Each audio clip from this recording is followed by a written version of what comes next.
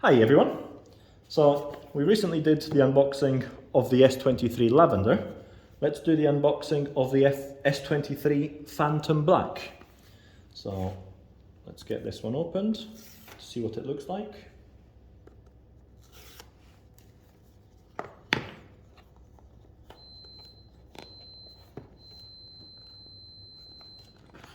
If we manage to open the box.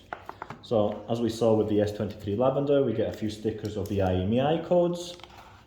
We get this little box here, which includes USB SIM card ejector, quick start guide, and a USB-C to USB-C cable.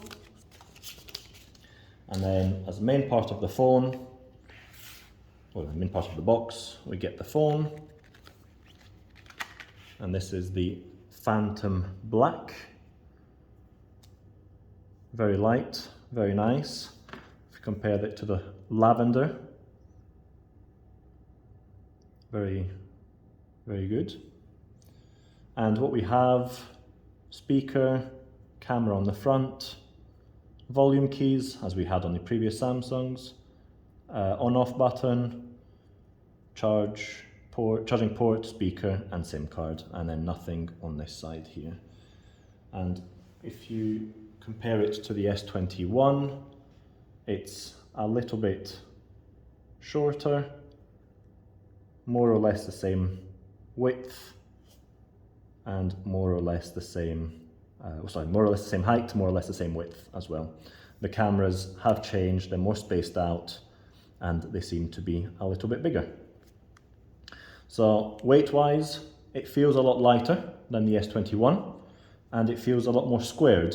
This is nice, it feels curved, and I'm not sure which one I prefer. First feel, I prefer the curved one still, but just a case of probably getting used to it.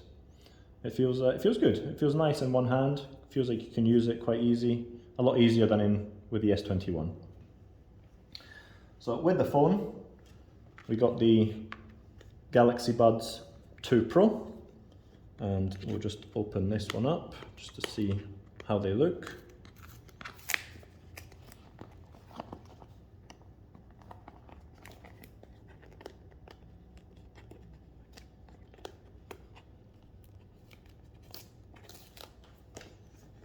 So what do we have? Quick start guide, and then we have the pouch with the speakers.